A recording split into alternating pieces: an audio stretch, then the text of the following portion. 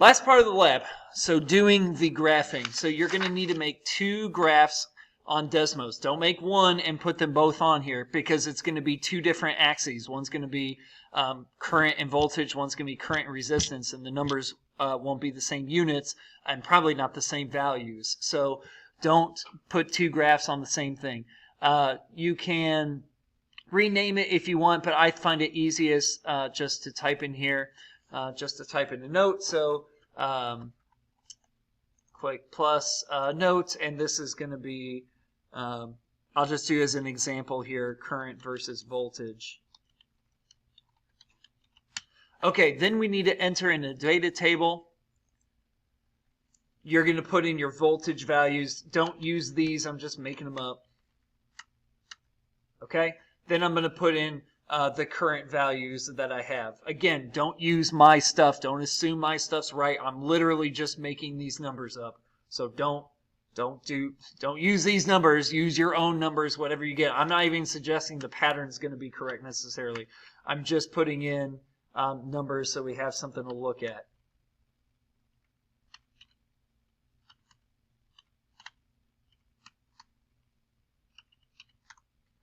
Okay, so once you have the numbers in, then you need to come over here to the wrench, click on that to change the graph settings. You're going to put a label axis. So my x-axis is going to be my independent variable. So my independent variable for the current versus voltage is voltage, measured in volts. Okay, and I always like to make my x-axis go from slightly less than 0, so I'll make this -1, to slightly more than my largest value. So my largest value is 50, so I'm going to go to 55. Okay? And then my y-axis is my dependent variable, which is current, measured in amps, and slightly less than 0, and slightly more than my largest value. Okay? And there, all of my data points fit on the line. The last thing I need to do is I need to do a fit line so I can examine the pattern. So do click add expression. Okay, and the expression you're going to use is a linear line, y equals mx plus b. Because if there's no pattern, it won't follow the line at all. And if it's an exponential pattern, it'll curve off the line. You won't be able to make a straight line of it. So once you've got this set up, then you use your slider to adjust the slope of the line, and use this slider to adjust the y-intercept until your points kind of fit it. Or they won't. It will either fit the pattern or it won't fit the pattern.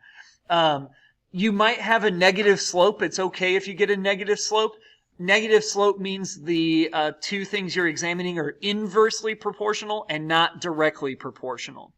Once you've got the graph here, okay, once you've got that made, then you're going to want to export this. And the way you want to do that is share your graph, copy this link, go to the Word document that you're using, or if you're writing in your notebook, write out this link and copy and paste it and put it in there. That way I can follow the link to your exact graph. You can take a picture of it as well, but if you don't save the link, you won't be able to go back to it.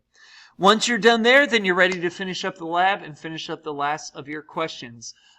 Good luck. Let me know if you have any questions, but I think you guys should be pretty good to go at this point. Don't forget to do a second graph for the other experiment that you did.